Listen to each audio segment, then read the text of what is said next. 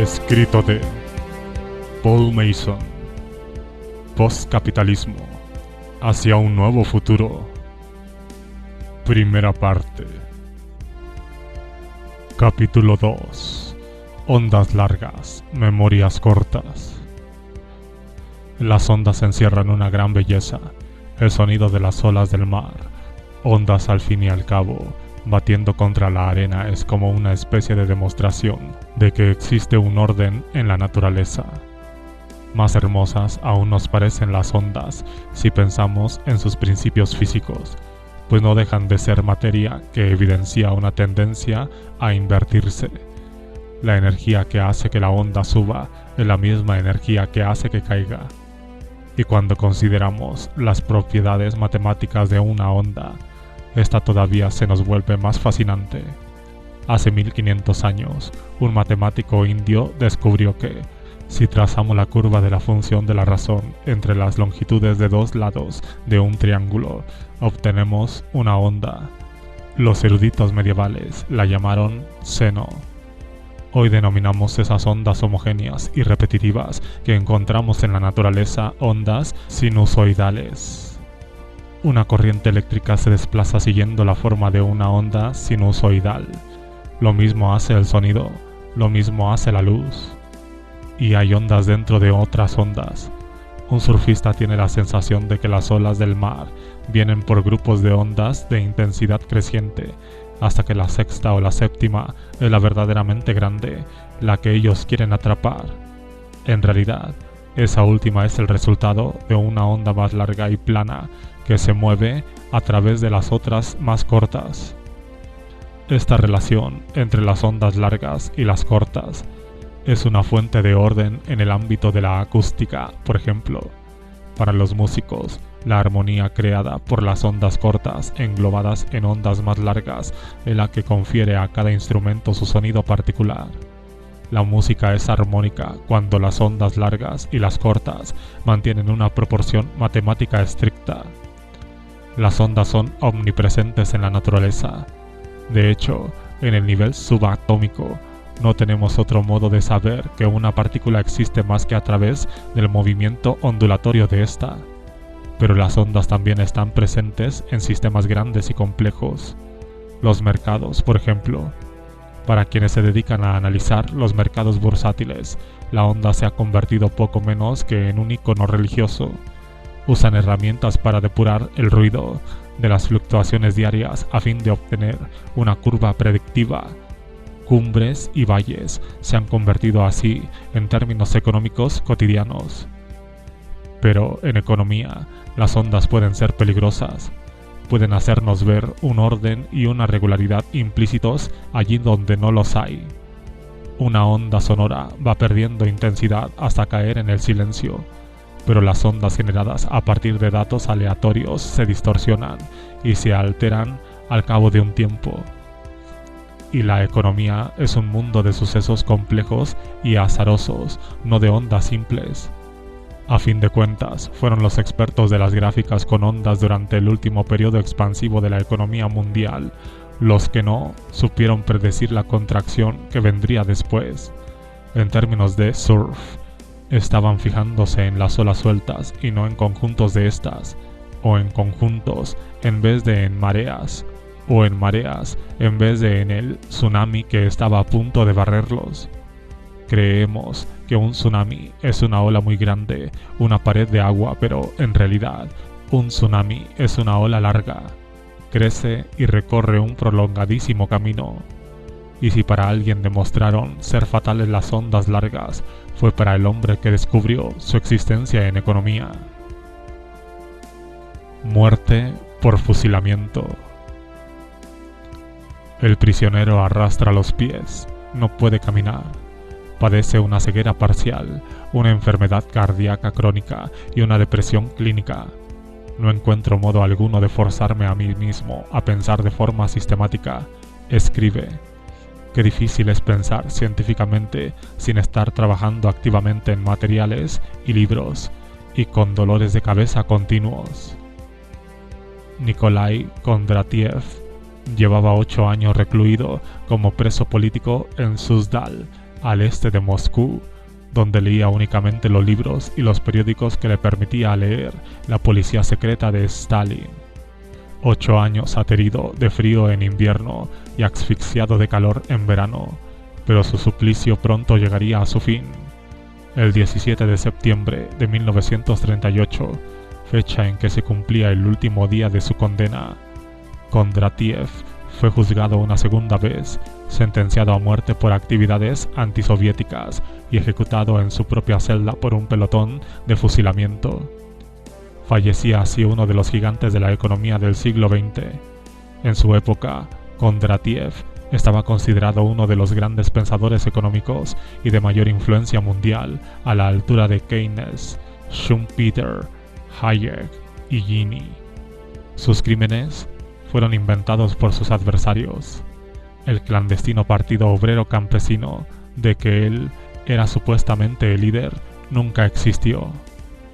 El verdadero crimen de Kondratiev, a ojos de sus acusadores, fue pensar lo impensable acerca del capitalismo, que, en vez de hundirse bajo el peso de su propia propensión a la crisis, el capitalismo tiende generalmente a adaptarse y a mutar. En 2 trabajos pioneros en el campo de la minería de datos, Kondratiev demostró que, más allá de los ciclos económicos a corto plazo, existen indicios de la existencia de ciclos más largos de unos 50 años cada uno, cuyos puntos de inflexión coinciden con grandes cambios estructurales y conflictos dentro del propio capitalismo. Por lo tanto, esos momentos de crisis extrema y de supervivencia posterior no eran síntoma alguno de un caos, sino que respondían a un orden. Kondratiev fue la primera persona que demostró la existencia de ondas largas en la historia económica. Aunque posteriormente su teoría se popularizaría como una teoría de ondas, la aportación intelectual más valiosa de Kondratiev consistió en su capacidad para entender por qué la economía global procede a través de cambios repentinos, por qué el capitalismo topa con crisis estructurales y cómo se transforma y muta a respuesta a ello. Nos mostró por qué ciertos ecosistemas de actividad económica que se estabilizan como tales durante décadas pueden implosionar súbitamente. Él prefirió el término ciclo largo en vez de ondas porque, en el pensamiento científico, los ciclos dan lugar a un sublenguaje que resulta sumamente útil. Hablamos entonces de fases, de estados y de la alternancia repentina entre ellos. Kondratiev estudió el capitalismo industrial, aunque hay quienes aseguran haber hallado ondas largas en series de precios que se remontan a la Edad Media. Los datos del economista ruso comenzaban con la revolución industrial en la década de 1770. En la teoría de Kondratiev, cada ciclo largo muestra un periodo de crecimiento que dura en torno a 25 años y que es alimentado por el despliegue de nuevas tecnologías y de una elevada inversión en capital. Luego se observa un descenso de aproximadamente igual duración que, normalmente, desemboca en una depresión. En una fase ascendente son raras las recesiones. En fases descendentes son frecuentes. En la fase alcista, el capital fluye hacia los sectores productivos. En la de bajada, tiende a quedarse atrapado en el sistema financiero. Hay más, pero esa es la teoría básica. En este capítulo sostendré que dicha teoría es correcta en lo fundamental, pero que la crisis actual representa una alteración de ese patrón, lo cual nos da a entender que estamos ante algo más que el final de un ciclo de 50 años. El propio Kondratiev se mostró siempre exquisitamente cauto en cuanto a las implicaciones de su teoría. Jamás afirmó que sirviera para predecir acontecimientos, aunque, desde luego, predijo la Gran Depresión de la década de 1930, 10 años antes de que ésta se produjera. Hizo además que su hallazgo se publicara conjuntamente con una crítica muy dura de los mismos y su correspondiente revisión por pares. Pero, en cierto sentido, podría decirse que la policía de Stalin comprendió mejor las implicaciones de la teoría de Kondratiev que el propio economista. Entendió, en concreto, que, llevada hasta su conclusión lógica última, aquella tesis enfrentaba al marxismo con una hipótesis muy peligrosa para él, la de que no existe ninguna crisis final del capitalismo. Puede haber caos, pánico y revolución, pero, según las pruebas aducidas por Kondratiev, la tendencia del capitalismo no es el hundimiento definitivo, sino la mutación. Podrán destruirse cantidades enormes de capital, podrán descartarse modelos de negocio perfectamente válidos hasta poco antes, podrán liquidarse imperios enteros en guerras globales, pero el sistema sobrevive, aunque bajo una forma diferente. Para el marxismo ortodoxo de la década de 1920, la explicación de Kondratiev sobre la causa de tales transformaciones era igualmente peligrosa. Los sucesos que parecían causar los grandes puntos de inflexión, las guerras, las revoluciones, el descubrimiento de nuevos depósitos de oro y de nuevas colonias, eran según él meros efectos generados por la existencia de la propia economía. La humanidad, por mucho que se esfuerce por determinar la historia económica, es relativamente impotente sobre esta a largo plazo. Hubo un tiempo, allá por la década de 1930, durante el que la teoría de las ondas largas adquirió cierta influencia en Occidente. El economista austriaco Joseph Schumpeter elaboró su propia formulación teórica de los ciclos económicos y popularizó el concepto de onda de Kondratiev. Pero en cuanto el capitalismo se estabilizó tras 1945, la teoría de las ondas largas pasó a antojárseles superflua a muchos. Los economistas estaban convencidos de que la intervención del Estado podría alisar hasta los más pequeños baches al alza o a la baja del capitalismo. En cuanto al ciclo de 50 años, el gran gurú de la economía keynesiana, Paul Samuelson, le restó toda credibilidad tachándolo de ciencia ficción. Y cuando los pensadores de la nueva izquierda trataron de revivir el marxismo bajo la forma de una ciencia social crítica en la década de 1960, no tuvieron tiempo para Kondratiev ni para sus ondas. Buscaban una teoría de la desintegración del capitalismo, no de la supervivencia de este. Solo unos pocos nostálgicos sin remedio, inversores en su mayoría, continuaron obsesionados por Kondratiev. En la década de 1980, algunos analistas del Wall Street convirtieron los esmerados hallazgos provisionales que reuniera el economista ruso en su momento en un montón de supercherías en bruto formuladas con pretensiones predictivas. En lugar de los complejos datos de Kondratiev, se dedicaron a trazar líneas simples que dibujaban una onda con una forma estilizada, una parte ascendente, una meseta, una crisis y, finalmente, una caída brusca. La llamaron onda K. Si Kondratiev estaba en lo cierto, venían a decir esos inversores, la recuperación económica se inició a finales de la década de 1940, fue el comienzo de un ciclo de 50 años, lo que significaba que, en algún momento en torno a finales de la década de 1990, habría una depresión. Así que diseñaron complejas estrategias de inversión para cubrir riesgos ante esa posible catástrofe. Y luego se sentaron a esperar. Lo que de verdad decía Kondratiev.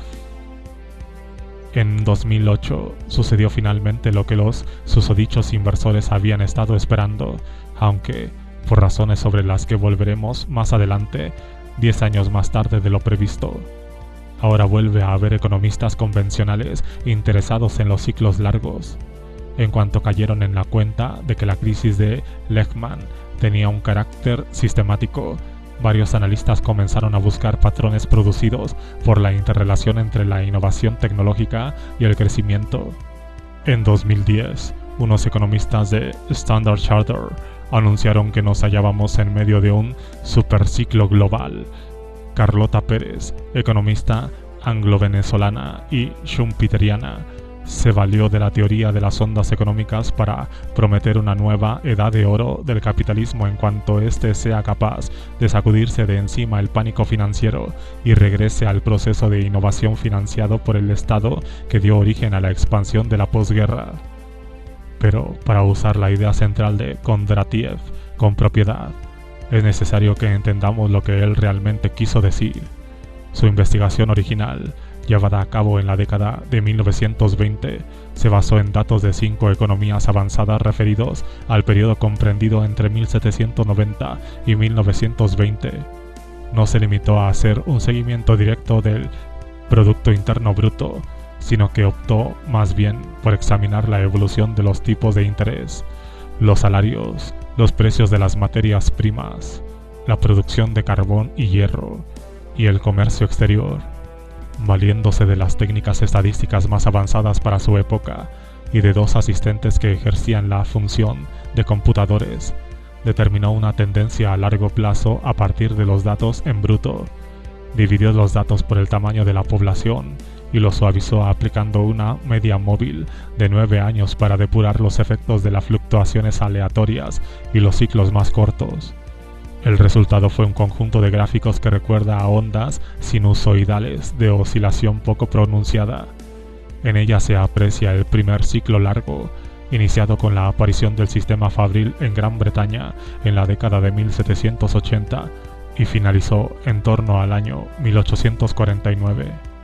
Ese mismo año comienza una segunda onda mucho más definida, cuya fase inicial coincide con el despliegue a escala mundial de los ferrocarriles, los barcos de vapor y el telégrafo, y a la que sigue otra fase de declive, la de la llamada Gran Depresión de 1873, que concluyó allá por la década de 1890. A principios de los años 20 del siglo pasado, Kondratiev estaba convencido de que el capitalismo industrial se encontraba en medio de un tercer ciclo que ya había alcanzado su cumbre y había iniciado su fase de descenso, probablemente en algún momento entre 1914 y 1920. Pero esa caída distaba aún mucho de haber tocado a su fin. De ahí que el economista ruso predijera que la crisis política que había consumido a Europa entre 1917 y 1921 no fuera a desembocar en un colapso económico inmediato.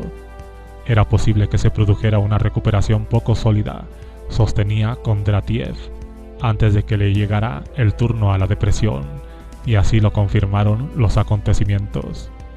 A diferencia de lo que sucede con los analistas de Wall Street actuales, lo que de verdad le interesaba a Kondratiev no era la forma de las ondas en sí.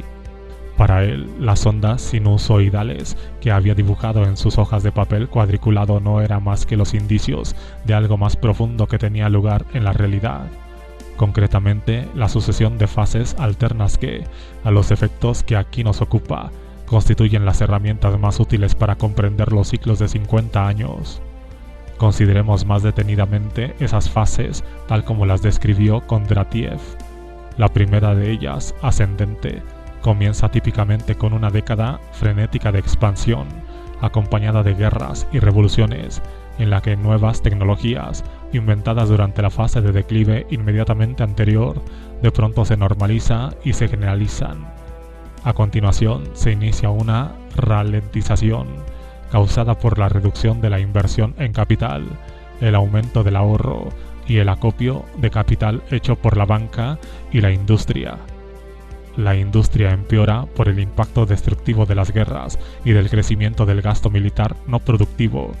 Sin embargo, dicha ralentización forma parte aún de la fase ascendente. Las recesiones, si las hay, siguen siendo cortas y poco profundas, mientras que los periodos de crecimiento son frecuentes y fuertes. Finalmente le llega el turno a la fase descendente, en la que cae tanto los precios de las materias primas como los tipos de interés sobre el capital. Hay más capital acumulado del que se puede invertir en industrias productivas, por lo que aquel tiende a refugiarse en el sector financiero. De ese modo, impulsa a la baja los tipos de interés, porque la amplia oferta de crédito existente hace que disminuya el precio de los préstamos. Las recesiones se empeoran y se vuelven más frecuentes. Los salarios y los precios caen hasta que, finalmente, se instala una depresión. En ninguna parte de este análisis hay pretensión alguna de predicción del momento exacto de cada fase o acontecimiento ni afirmación alguna de que las ondas sean regulares. Kondratiev dejó muy claro que cada onda larga tiene lugar en unas condiciones concretas e históricas nuevas y diferentes de las anteriores, así como a un nivel nuevo de desarrollo de las fuerzas productivas, por lo que no es en ningún caso una mera reedición del ciclo precedente. Se trata en definitiva de una novedad más que de un déjà vu. Es entonces cuando Kondratiev anuncia la parte más controvertida de su argumento, y es que él notó que el comienzo de cada ciclo de 50 años venía acompañado de una serie de sucesos desencadenantes.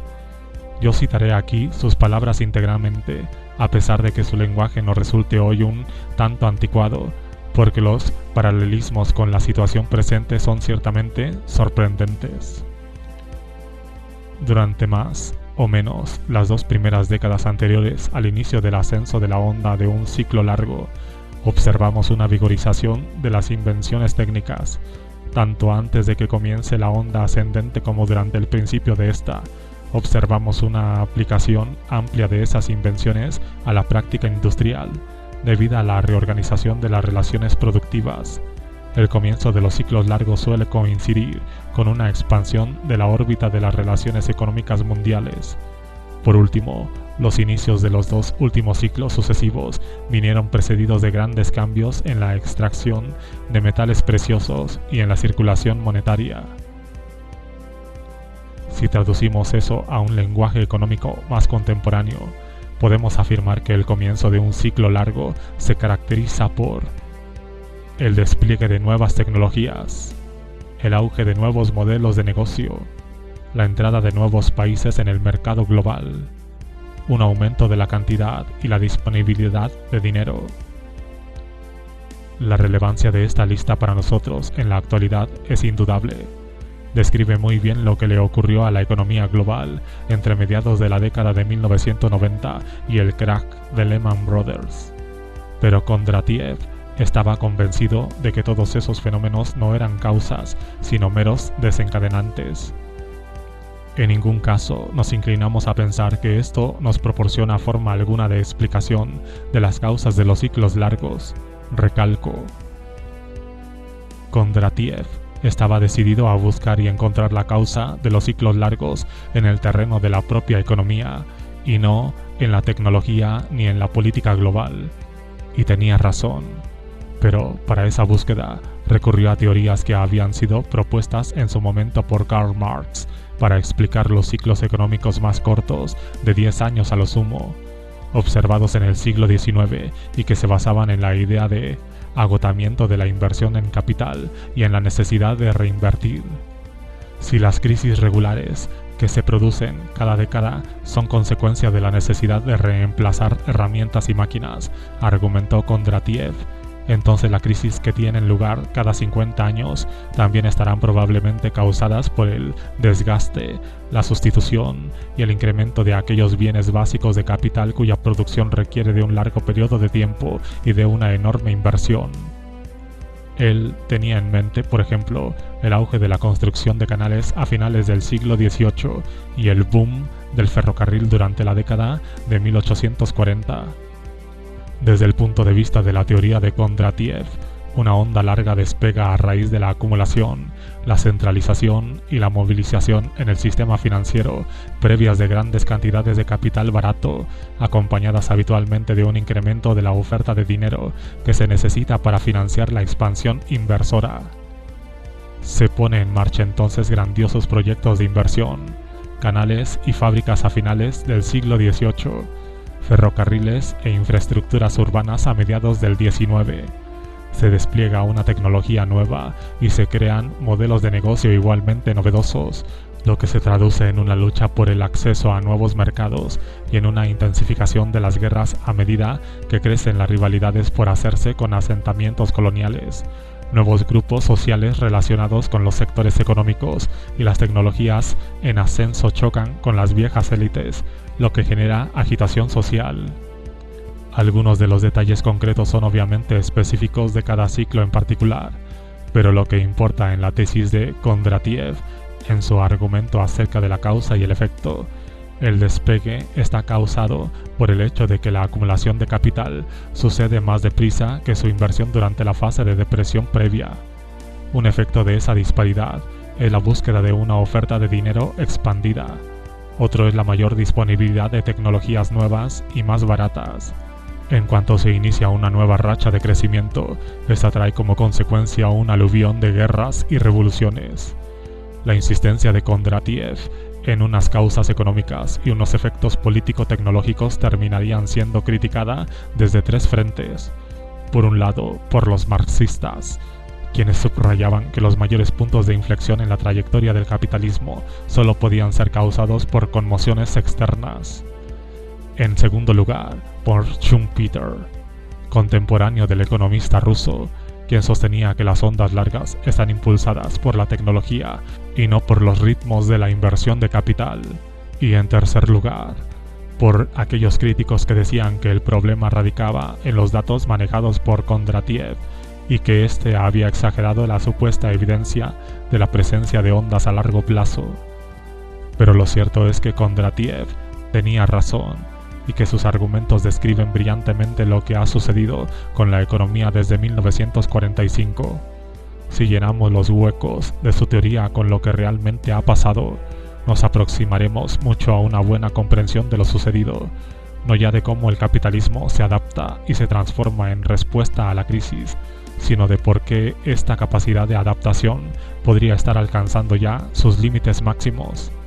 En la segunda parte del libro, defenderé la idea de que estamos atravesando un momento de alteración significativa y probablemente permanente de las pautas que han regido el capitalismo industrial durante los últimos 200 años.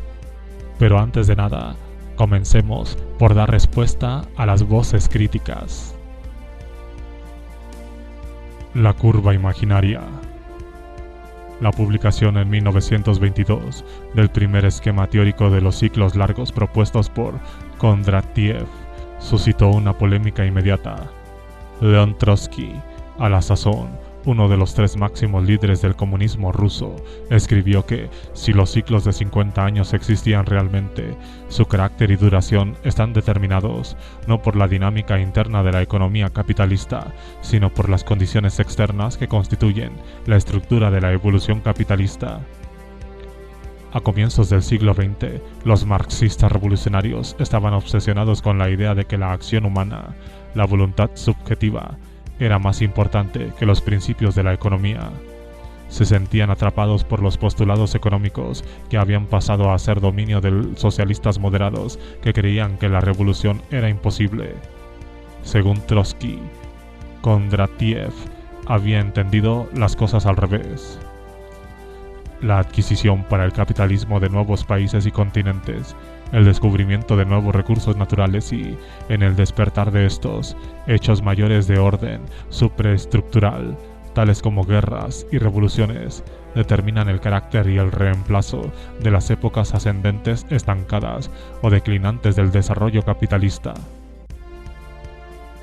Tal vez resulte extraño para quienes solo conocen el marxismo como una forma de determinismo económico, pero lo que Trotsky recalcaba con aquellas palabras era que el conflicto político entre las naciones y entre las clases era más importante que las fuerzas económicas.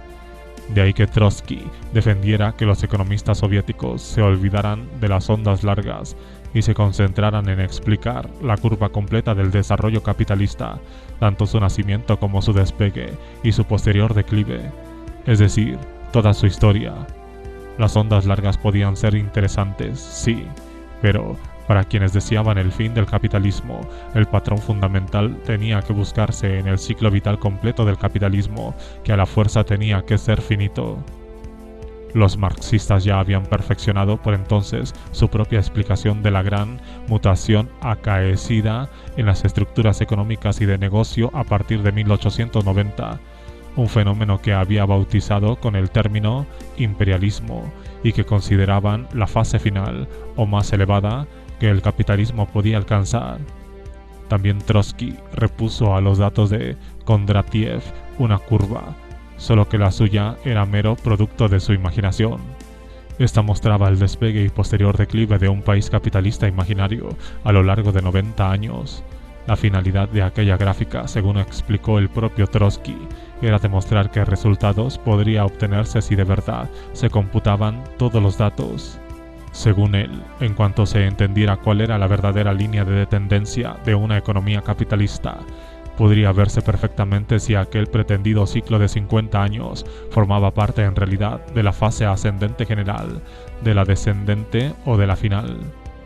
Trotsky no se disculpó por el carácter imaginario de su curva. Los datos no eran suficientemente buenos todavía para dibujar una de verdad, aseguró, pero si se dedicaba el trabajo necesario a tal tarea, esta sería perfectamente posible. Aquel ataque de Trotsky en 1922 fue utilizado entonces y ha continuado siendo utilizado posteriormente para refutar la tesis de los ciclos largos. Pero lo cierto es que no la refuta, simplemente viene a decir que, inciso A, probablemente no son regulares, pues están causados por impactos externos.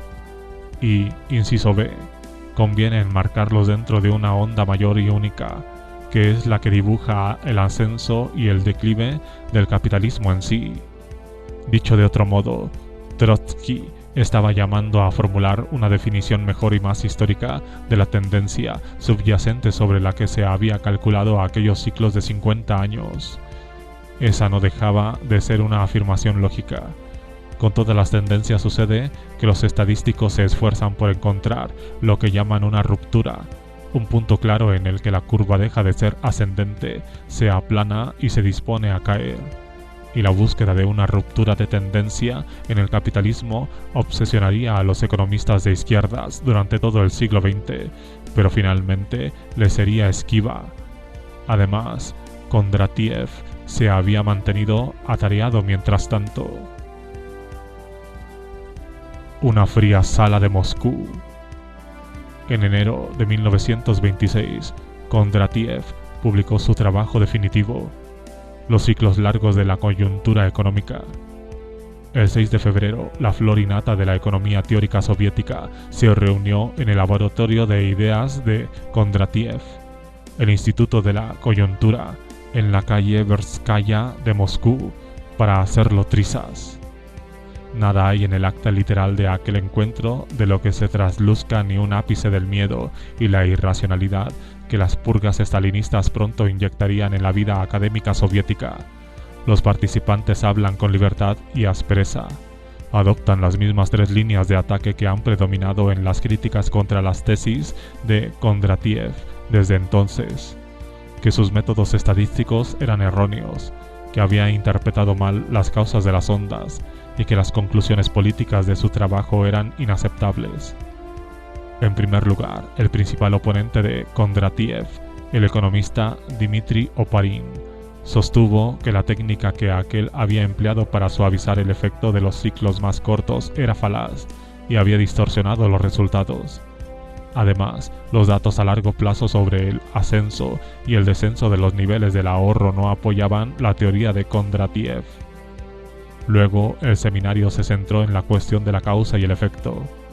El economista V. Bogdanov defendió que el ritmo de los ciclos largos no podía venir dictado por la inversión en capital, sino por la innovación. Esa postura lo convierte en la primera persona que redujo la teoría de los ciclos largos a una mera historia de la innovación tecnológica, aunque no sería la última en hacerlo. Y lo cierto es que Bogdanov planteó un argumento ciertamente válido. No tenía lógica, sostuvo, que el coste de construir grandes infraestructuras como canales, ferrocarriles o altos hornos dictara el ritmo de la economía mundial durante 50 años. Su objeción a un ciclo impulsado por el capital lo llevó a proponer otro impulsado por la tecnología, y sobre esa base avanzó una versión más rigurosa del argumento de las conmociones externas que ya defendía Trotsky. Si las ondas largas existen, según Bogdanov, deben de estar causadas por la intersección aleatoria de 2 series esencialmente casuales: las dinámicas internas del capitalismo y las del entorno externo no capitalista. Por ejemplo, la crisis de sociedades no capitalistas como China y el Imperio Otomano a finales del siglo XIX abrió nuevas oportunidades para el capital occidental. El atraso agrario de un país como Rusia determinó el crecimiento de su sector capitalista y lo forzó a buscar financiación en Francia y Gran Bretaña. Bogdanov no andaba muy errado. La teoría de Kondratiev Daba por supuesto que los ritmos del capitalismo ejercen una atracción gravitatoria unidireccional sobre el mundo no capitalista, pero en realidad ambos mundos interactúan constantemente entre sí, y eso era algo que cualquier versión sintética de la teoría de Kondratiev tendría que tener en cuenta. Ya hacia el final del seminario, un viejo segundón del Partido Comunista, el economista agrario Miron Nachimson, intervino para hablar de las implicaciones políticas de la teoría de los ciclos largos. La obsesión por las ondas largas, aseguró, era ideológica. Tenía como fin justificar la crisis como si ésta fuera el estado normal de las cosas, como si se pretendiera decir con ello que estamos ante un movimiento esencialmente perpetuo del capitalismo, ascendente primero y descendente después, por lo que no es apropiado todavía siquiera soñar con la revolución social. Los ciclos largos, como bien cayó en la cuenta Nachimson, representarían un cuestionamiento teórico importante del bolchevismo, que se basaba en la premisa de que la muerte del capitalismo era inminente. Aquel debate se acercó mucho al núcleo esencial del problema del trabajo de Kondratiev. 1. Él concebía la dinámica de la inversión en capital como la causa primordial de la crisis al final del periodo de 50 años, pero su teorización de tales dinámicas era cualquier cosa menos sofisticada. 2. Daba por supuesto que el mundo no capitalista era un espectador pasivo de los patrones de las oscilaciones ondulatorias capitalistas cuando, en realidad, no lo era. 3. Llegado a este punto, aunque él concebía cada onda como una versión más compleja de la siguiente, no llegaba a situar el papel de esas ondas largas dentro de la cuestión del destino final del capitalismo. El trabajo de Kondratiev suscitaba además otra preocupación relacionada con las anteriores, concretamente la referida al problema de los datos, que ha rondado la teoría de los ciclos largos desde entonces, cuando la computación era un ejercicio realizado con reglas de cálculo relativamente rudimentarias. Hasta estos tiempos actuales de sistemas operativos informáticos como Linux, debemos reflexionar aquí sobre ese problema de los datos, porque ha funcionado como una especie de señal de prohibido el acceso al trabajo de Kondratiev para toda una generación. La dificultad de los números aleatorios. Buena prueba de la ambición de Kondratiev la encontramos en el hecho de que el grupo de investigación que él dirigía reclutara los servicios de uno de los grandes matemáticos del siglo XX, Yevgeny Slutsky. Mientras Kondratiev se peleaba con los datos reales, Slutsky se concentró en un proyecto propio basado en el uso de números aleatorios. Slutsky mostró que, aplicando una media móvil a un conjunto de datos aleatorios, podrían generarse fácilmente una serie de patrones ondulatorios sinusoidales que se parecían a hechos económicos reales. Para demostrar su argumento, generó un patrón ondulatorio a partir de un conjunto aleatorio de números de lotería y lo superpuso a una gráfica de estadísticas sobre el crecimiento británico. Al juntar ambas líneas, sus formas se antojaban sorprendentemente similares. En estadística, esto es lo que se conoce como el efecto de Joule-Slutsky, que hoy entendemos que viene a significar algo así como que el simple acto de suavizar o allanar los datos genera unos resultados espurios. Sin embargo, Slutsky creía que sucedía justamente lo contrario. Él estaba convencido de que el surgimiento de patrones ondulatorios a partir de sucesos aleatorios era un fenómeno real, no ya en la economía teórica, sino también en la naturaleza. Tras un número más o menos considerable de periodos, todo régimen se desordena. La transición a otro régimen nuevo ocurre a veces de forma bastante gradual y en otras ocasiones con mayor o menor brusquedad alrededor de ciertos puntos críticos. Es decir, que las gotas de lluvia caen al azar en una área cualquiera de 1 kilómetro cuadrado de extensión, pero, al término de la temporada, el agricultor obtendrá un rendimiento de la cosecha que podrá medir y comparar con la del año anterior. El impacto acumulativo de sucesos aleatorios puede producir unos patrones regulares cíclicos. Para cuando Slutsky expuso esa tesis por escrito, Kondratiev comenzaba ya a ser alguien de quien resultaba peligroso declararse amigo o conocido. En 1927, los conflictos preexistentes en el seno de la burocracia soviética degeneraron en expulsiones y enfrentamientos callejeros. La historiadora Judy Klein señala que Slutsky habría podido optar por la vía fácil y renegar de Kondratiev, que estaba bajo sospecha, pues se le suponía un socialista de mercado confeso, pero en vez de eso, avaló los fundamentos de la teoría de su colega. De hecho, el experimento de Slutsky añadió un elemento informativo crucial a la teoría de las ondas largas. El matemático observó que las ondas generadas mediante el filtrado de datos aleatorios no se repiten indefinidamente. Cuando se computaban a lo largo del tiempo, llegaba un momento en que los patrones súbitamente se desintegraban como tales. Slutsky llamó a ese fenómeno cambio de régimen. Tras un número más o menos considerable de periodos, todo régimen se desordena.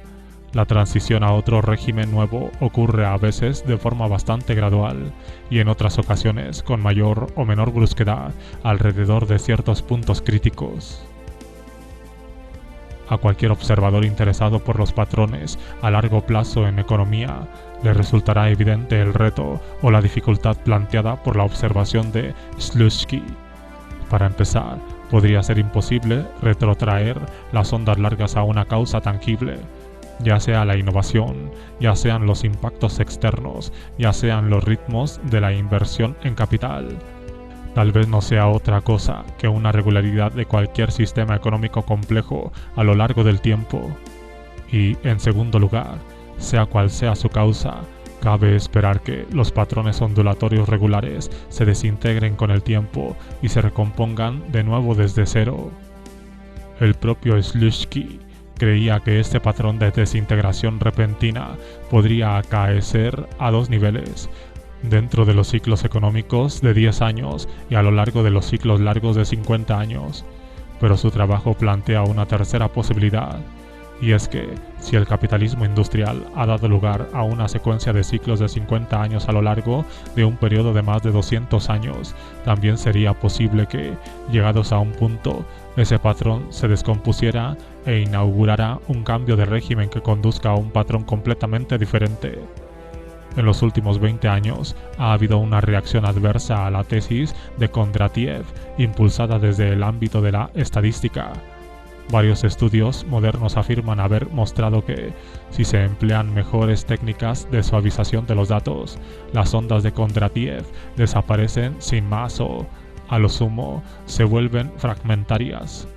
Otros han señalado acertadamente que las fluctuaciones de precios a largo plazo observadas dentro de cada uno de los 3 primeros ciclos desaparecen tras el surgimiento de un mercado global sofisticado a partir de 1945. No obstante, en vista de la ingente cantidad de datos adicionales y de métodos mejorados de los que disponemos, hoy debería ser ya posible detectar ondas de Kondratiev en las estadísticas referidas al crecimiento global. A eso precisamente se dedicaron en 2010 los investigadores rusos Korotayev y Tshirel. Utilizaron una técnica llamada análisis de frecuencias para demostrar de manera convincente que existen marcadas cadencias de 50 años de duración en los datos sobre el Producto Interno Bruto. En concreto, para el periodo posterior a 1945, estos estudiosos han mostrado que incluso los datos en bruto contienen indicios claros de una fase ascendente a partir de ese año y de una prolongada fase descendente iniciada en 1973. De hecho, partiendo de la definición de recesión que utiliza el FMI, cuando se registran un mínimo de 6 meses seguidos con niveles de crecimiento global interanual inferiores al 3%, Korotayev y Tshirel calculan que, si bien no hubo recesiones durante el periodo de 1945 a 1973, ha habido ya 6 desde 1973. Están convencidos de que la onda Kondratiev está presente en las cifras del Producto Interno Bruto Mundial a partir de 1870 y que es también observable en las economías occidentales con anterioridad a esa fecha. encontramos más pruebas de la existencia de los ciclos largos en el trabajo de Cesare Marchetti, un físico italiano que analizó datos históricos sobre consumo de energía y obras de infraestructuras. El resultado, según concluyó en 1986, revela muy a las claras un comportamiento cíclico o cadente en numerosos ámbitos de la vida económica, con ciclos que duran unos 55 años aproximadamente. Marchetti rechaza la idea de que esas sean ondas o de que tengan un carácter primordialmente económico. Él prefiere llamar las cadencias a largo plazo del comportamiento social, pero como él mismo dice, señales que no son claras en economía se vuelven nítidas y evidentes cuando se analiza lo físico. Marchetti asegura que la prueba más evidente de la existencia de ciclos largos se encuentra en el patrón de inversiones en las redes físicas de comunicación, tomando como ejemplo los canales, el ferrocarril, las carreteras asfaltadas y las líneas aéreas. Muestra que la expansión del despliegue de cada una de esas infraestructuras alcanzó su pico máximo unos 50 años después de que hubiese alcanzado el suyo la tecnología anterior. Sobre esa base, él mismo predijo que, en torno al año 2000, aparecería una nueva red de ese tipo. Y, aunque escribió su artículo 14 años antes de ese final del milenio, no estaba aún en condiciones de adivinar qué clase de tecnología sería esa. Hoy sabemos la respuesta: la red informacional. Hay pues pruebas físicas y económicas de la existencia de un patrón con cadencias de medio siglo. Las formas ondulatorias generadas por esa pauta o cadencia tienen una importancia secundaria con respecto al hecho de la existencia misma del patrón. Para un economista son indicativas de la presencia de unos procesos más profundos, del mismo modo que para un astrofísico un agujero negro es detectable a partir del movimiento de la materia que lo rodea. Y he aquí por qué esto es importante. Kondratiev nos proporcionó un modo de entender las mutaciones en el seno del capitalismo. Los economistas de izquierda habían estado buscando un proceso que condujera únicamente a un hundimiento de aquel. Pero Kondratiev nos enseñó que la amenaza de colapso del capitalismo suele traducirse en un periodo de adaptación y supervivencia del propio sistema capitalista. El problema de la tesis de Kondratiev continúa estando en su explicación de la fuerza económica que impulsa el ciclo y en cómo se relaciona esta con el destino y la longevidad últimos del sistema. Eso es lo que tenemos que arreglar. ¿Cómo salvar a Kondratiev? Una vez impartí una conferencia sobre Kondratiev ante 200 estudiantes de economía en una universidad británica. No tenía ni idea de quién ni de qué estaba hablando. «Ha cometido usted el error», me dijo un académico tras la charla, «de mezclar microeconomía y macroeconomía. Sencillamente no están acostumbrados a eso». Otro conferenciante, profesor de historia económica, jamás había oído hablar de Kondratiev, pero sí conocían a Joseph Schumpeter. En su libro Ciclos económicos, 1939, Schumpeter argumentó que el capitalismo está determinado por ciclos ondulatorios entrelazados entre sí, que oscilan entre los ciclos de ondas cortas de 3 o 5 años que se producen por el proceso de acumulación de existencias en las empresas y las ondas de 50 años que Kondratiev había observado. Siguiendo un tortuoso ejercicio lógico, Schumpeter descartó tanto el ciclo del crédito como los impactos externos, los cambios de las preferencias y hasta lo que él llamó crecimiento como causas del mencionado ciclo de 50 años. Argumentó que la innovación es el hecho sobresaliente en la historia económica de la sociedad capitalista, y también es en buena medida responsable de lo que a primera vista atribuíamos a otros factores. Aportaba a continuación una historia detallada de cada una de las ondas de Kondratiev entendida como un ciclo de innovación. La primera, desencadenada por la invención del sistema fabril en la década de 1780. La segunda, impulsada por los ferrocarriles a partir de 1842. La tercera, por un conjunto de innovaciones que hoy conocemos por el nombre de Segunda Revolución Industrial en las décadas de 1880 y 1890. Schumpeter tomó la teoría de las ondas de Kondratiev y la convirtió en algo sumamente atractivo para los capitalistas. En la versión schumpeteriana, era el emprendedor y el innovador quienes impulsaban cada nuevo ciclo. Por su parte, los periodos de colapso era el resultado de un agotamiento de la innovación y de una acumulación excesiva de capital en el sistema financiero. Para Schumpeter, pues, las crisis eran un elemento necesario en el sistema capitalista, ya que favorece la destrucción creativa de modelos obsoletos e ineficientes. Y si bien la obra de Kondratiev está prácticamente olvidada para muchos, la de Schumpeter ha pervivido, convertida en una especie de fuente religiosa de inspiración, una explicación tecnodeterminista de las expansiones y las contracciones a la que los economistas convencionales pueden recurrir en momentos de crisis, cuando sus creencias normativas parecen fallarles. La más destacada seguidora contemporánea de Schumpeter, Carlota Pérez, ha usado esa teoría de la determinación tecnológica para instar a las autoridades económicas a prestar apoyo estatal a las tecnologías de la información, las biotecnologías y las energías verdes, conforme a la promesa de que, a partir de la década de 2020, se viviría una nueva edad de oro a raíz del despegue de la próxima onda. Pérez ha añadido algunas mejoras a la teoría de las ondas, mejoras que resultan útiles para interpretar la fase presente. La más importante es su concepto de paradigma tecnoeconómico, y es que, según argumenta, no basta con que exista un conjunto de innovaciones al principio de un ciclo ondulatorio para que éste despegue, como tampoco basta con que esas innovaciones simplemente interactúen entre sí.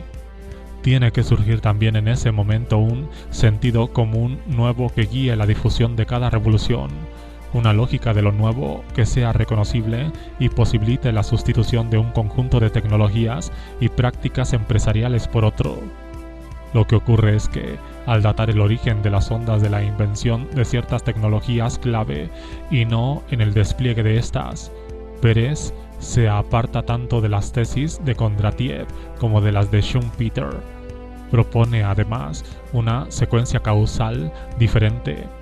Los innovadores inventan, los financieros se entusiasman y especulan, y todo termina como el rosario de la aurora e intervienen entonces el Estado, regularizando la situación para que pueda surgir una nueva edad de oro del crecimiento y la productividad elevados. Los partidarios de la tesis de Pérez afirman que esta secuencia temporal no es más que una forma distinta de presentar la teoría de Schumpeter, solo que arrastrando el punto inicial de cada onda hasta 25 años de donde lo situaba el economista austroestadounidense. Pero lo cierto es que es más que eso.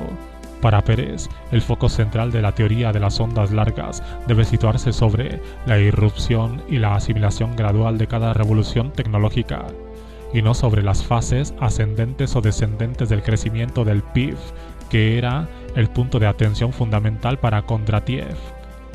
De ahí que las tesis de Pérez se vean aquejadas de toda clase de problemas de coherencia interna. ¿Por qué duró la cuarta onda, 1909 a 1971, casi 70 años? Porque las políticas con las que se respondió a la Gran Depresión de los años 30 no surtieron efecto hasta 1945, contesta ella. ¿Y por qué se ha dado dos veces de forma bastante nítida la segunda de innovación burbuja y estallido de la burbuja entre 1990 y 2008? Por culpa de errores en las políticas aplicadas, vuelve a responder ella. En la versión de Pérez, la teoría de las ondas pone el énfasis en la respuesta de los gobiernos en los momentos puntuales de crisis, pero minimiza la importancia de las luchas entre clases o de la distribución de la riqueza, dando la vuelta casi por completo a las tesis de Kondratiev. Lo que viene a decir Pérez es que la economía está impulsada por la tecnología y la tecnología lo está a su vez por los gobiernos.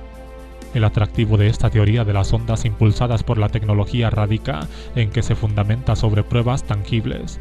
No cabe duda de que se produce un cúmulo de innovaciones antes del inicio de cada onda larga que da origen a unas sinergias que pueden documentarse. Por otro lado, es una teoría materialista, ya que concibe las revoluciones y los cambios en las actitudes sociales como el producto de algo más profundo, Las tecnologías nuevas llevan al poder a aquellos a los que Schumpeter llamó hombres nuevos, quienes, a su vez, traen consigo sus propios gustos y normas de consumo. Pero Kondratiev tenía razón al rechazar que la tecnología fuese el motor de los grandes cambios. Resulta adecuada para describir el comienzo de los ciclos de 50 años, pero no explica del todo por qué se produce una acumulación de invenciones, ni por qué surge un nuevo paradigma social, ni tampoco, en el fondo, por qué termina la onda en cuestión.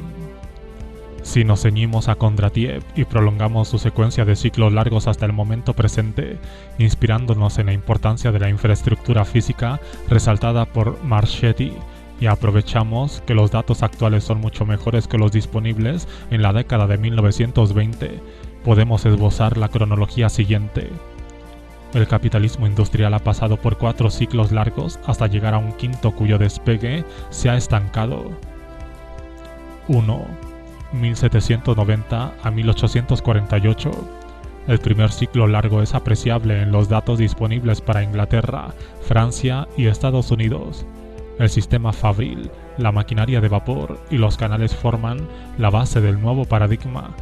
El punto de inflexión es la depresión de finales de la década de 1820. La crisis revolucionaria de 1848 a 1851 en Europa, que tiene su paralelo en Estados Unidos con la guerra con México y con el compromiso de Missouri, constituye un momento clave claro. 2. 1848, mediados de la década de 1890. El segundo ciclo largo es tangible en todo el mundo desarrollado y, ya hacia el final del periodo, en la economía global. Los ferrocarriles, el telégrafo, los vapores transoceánicos, las monedas estables y la maquinaria producida por máquinas sientan las bases del paradigma. La onda alcanza su máximo a mediados de la década de 1870, con la crisis financiera en Estados Unidos y en Europa que marcó el inicio de la Gran Depresión de 1873 a 1896. Durante las décadas de 1880 y 1890 se desarrollan nuevas tecnologías como respuesta a ciertas crisis económicas y sociales, tecnologías que cuajan en el comienzo del tercer ciclo. 3. Década de 1890 a 1945. En el tercer ciclo son la industria pesada, la ingeniería eléctrica, el teléfono, la gestión científica de los procesos productivos y la producción en masa las que actúan como tecnologías clave. La ruptura de tendencia se observa al término de la Primera Guerra Mundial. La Gran Depresión de los años 30, seguida de la destrucción de capital durante la Segunda Guerra Mundial, pone fin a la fase descendente. 4. Finales de la década de 1940 a 2008.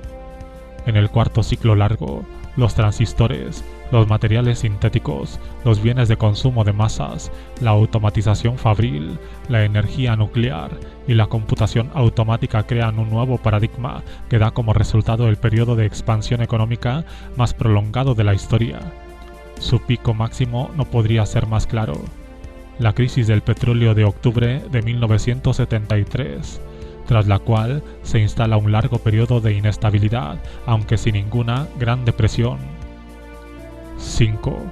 A finales de la década de 1990, coincidiendo con el final de la onda previa, aparecen los elementos básicos de quinto ciclo largo. Los motores impulsores son la tecnología de redes, las comunicaciones móviles, un mercado verdaderamente global y los bienes informacionales. Pero su despegue se ha atascado, y la razón de ese parón tiene algo que ver con el neoliberalismo y también con la tecnología en sí. Este es solo un bosquejo, una lista de puntos de inicio y de final, de momentos de cúmulos de tecnologías nuevas y de crisis significativas. Para avanzar más, tenemos que comprender la dinámica de la acumulación de capital mejor de lo que la comprendió en su momento Kondratiev, y recurriendo a vías por las que los tecnoteóricos apenas se atreven a aventurarse. Necesitamos entender no solo que el capitalismo muda, sino también qué factor interno de la economía impulsa esos cambios y qué podría limitarlos. Kondratiev nos proporcionó un modo de conocer mejor lo que los teóricos de sistemas denominan el nivel meso en economía, esto es, lo que se sitúa entre un modelo abstracto del sistema y la historia concreta de este.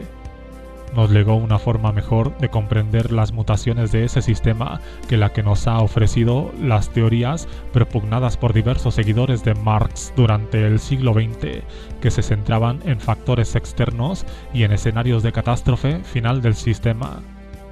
Volveremos sobre Kondratiev. No hemos dicho aún todo lo que teníamos que decir de él, pero para completar lo que él mismo pretendía hacer, tenemos que sumergirnos en un problema que ha obsesionado a muchos economistas desde hace más de un siglo. ¿Qué causa las crisis?